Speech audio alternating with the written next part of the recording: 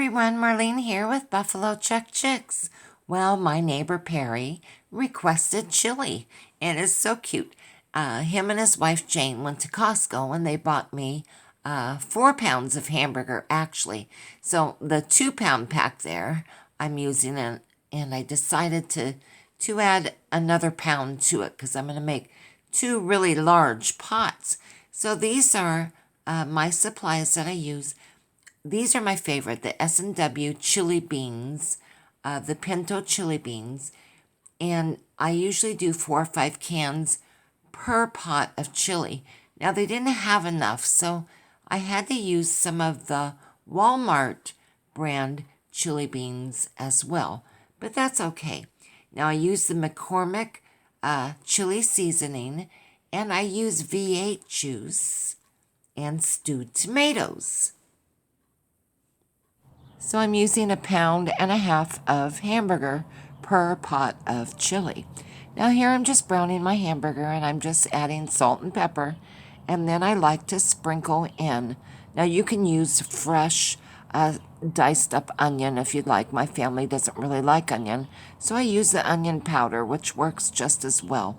So I'm seasoning the meat with the onion, and I'm just going to get this all browned up. So I'm just kind of chopping up the hamburger and getting my meat nice and brown. I don't drain my hamburger, and this is a leaner cut of hamburger. I don't really see the need. I do like a little bit of the hamburger grease in with the chili. I think it just makes it taste better.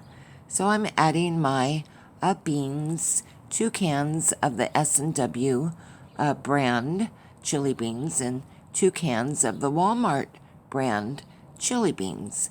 And the Walmart brand is good too, but I do prefer the S&W chili beans. It is a beautiful morning. I'm actually sitting out on my front porch having coffee right now. This is such an easy recipe, and it's perfect for a chilly day. Chili on a chilly day. So here I've got my beans in, and I'm going to go ahead and add my tomatoes, and I use stewed tomatoes, and you know, normally I slice them up a little bit better before I dump them in, and I forgot.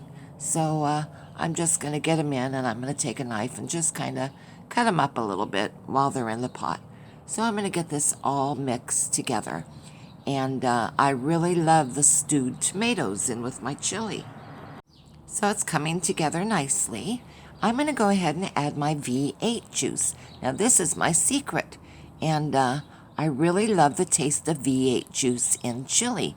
I used to use just canned tomato sauce, and you can do that too, but I like the V8 juice. So I probably added about 1 cup to 2 cups of V8 juice. It just depends on how thick or thin you prefer your chili. I do like plenty of sauce in with my chili. So I've got that here, and I've got it all mixed up. And then the only thing next to add is my McCormick chili seasoning. And I'm going to use about 1.5 packs. You can use as much as you would like, depending on how spicy you like your chili. And you can also add some of the, what is it called, the hot pepper flakes, if you like your chili a little on the spicy side. So here it's all mixed up, and I'm just going to get it simmered. So that's how easy it is. It's done. I'm just going to put a lid on it and simmer it for about an hour, and then I'll take this over to my neighbor's house. So thanks for watching, you guys. Have a nice day. I'll see you soon. Love you guys.